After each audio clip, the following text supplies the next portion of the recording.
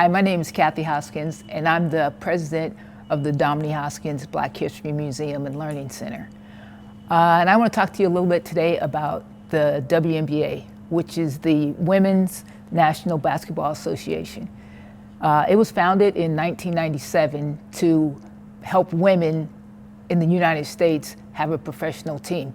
Because after you played college ball, then you would have to go overseas to make a living to play professional basketball. The WNBA was created so that the women of America could stay in America and play. Lynette Woodard was the first African American to play for the Harlem Globetrotters, and she also was a two-time Olympian. She came out of retirement. She played 2 years in the WNBA. Also, Cheryl Miller was a significant woman in the basketball world. She was the first African American to do a national broadcast of the NBA game. She didn't play in the WNBA, but she coached the Phoenix Mercury to a championship. Sheryl Swoopes was the first African American signed to the WNBA, and she was a four-time MVP.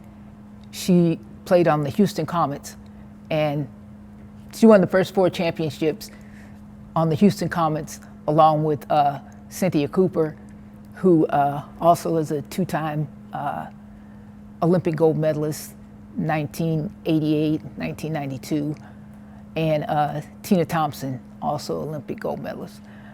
So when the WNBA first was started, there wasn't a lot of media behind it. You could only buy their merchandise at like Sears or JCPenney's. There wasn't a WNBA shop. There wasn't anything online like that. And it was really hard to get the league going because it was hard to watch the games, because the games would just come on random times during the day, where most of the time you're at work, you're at school, something like that. So it was better to be able to go to the games. Sacramento had a team called the Sacramento Monarchs, which they had Olympic gold medalist Ruthie Bolton Holyfield. She was on the team. Gold medalist Yolanda Griffith was on the team. The McGee twins were on the team. And so you would go there, and it was a beautiful atmosphere. There was like tons of young kids there with their parents. It was affordable. So it was just a great opportunity to watch women's basketball. So Lisa Leslie was also a great WNBA player. She was the first woman to dunk the basketball in a WNBA game. There were like so many amazing women that played in the WNBA who are now coaches working for the WNBA. You have Dawn Staley, who played in the W, but now she's a coach of the South Carolina Gamecocks, who have won back-to-back championships. Teresa Weatherspoon, she played in the WNBA. She's now the coach of the Chicago Sky. Natalie Williams, she played in the WNBA. Now she's the general manager for the Las Vegas Aces. So these women set the ground, for the league. The league, you weren't getting paid nowhere near what the men get paid. I mean, you were getting paid like you were working a 9 to 5. That's how much money they were getting. Over the years, it has grown. Now they have all kinds of sponsorships. Kellogg's, they put out a cereal box, and it had all the three flavors of cereal, and they had Rebecca Lobo, Vicki Bullock, Lisa Leslie,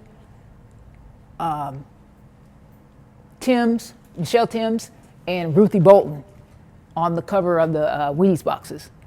And then after the Houston Comets won 4 consecutive championships, then Special K, Kellogg's again, put them on Fruit Loops and the Special K box. And now women also, they're getting their own shoe deals. Back in 97, 98, Sheryl Swoopes had a shoe, but you couldn't go buy it at Foot Locker or anything. You had to know someone from Nike to get the shoe. Cynthia Cooper had a shoe, Lisa Leslie had a shoe, but it wasn't a shoe that actual girls could play in and wear. They would wear the Jordans and the LeBron James and all that kind of stuff. But now, Candace Parker has a shoe deal with Adidas. Breonna Stewart has a shoe deal with Puma. Elena Deladon, she has a shoe deal with Nike. Also, Asia Wilson's getting a shoe deal. Jewel Lloyd has a shoe deal with Nike. So now you can actually go to like Dick's Sporting Goods and buy the shoe. Sabrina Ionescu has shoes. So now you can actually play. And a lot of the NBA men, they're wearing the Sabrina Ionescus. So now they can wear the women's shoes like how the men had to wear theirs. So it's starting to balance out. The players have their own sponsors. The league has its own sponsors. To this day, they have a $200 million media deal, so that the games are on ESPN, Peacock, Walt Disney, regular CBS, ABC. So you can catch the games now everywhere.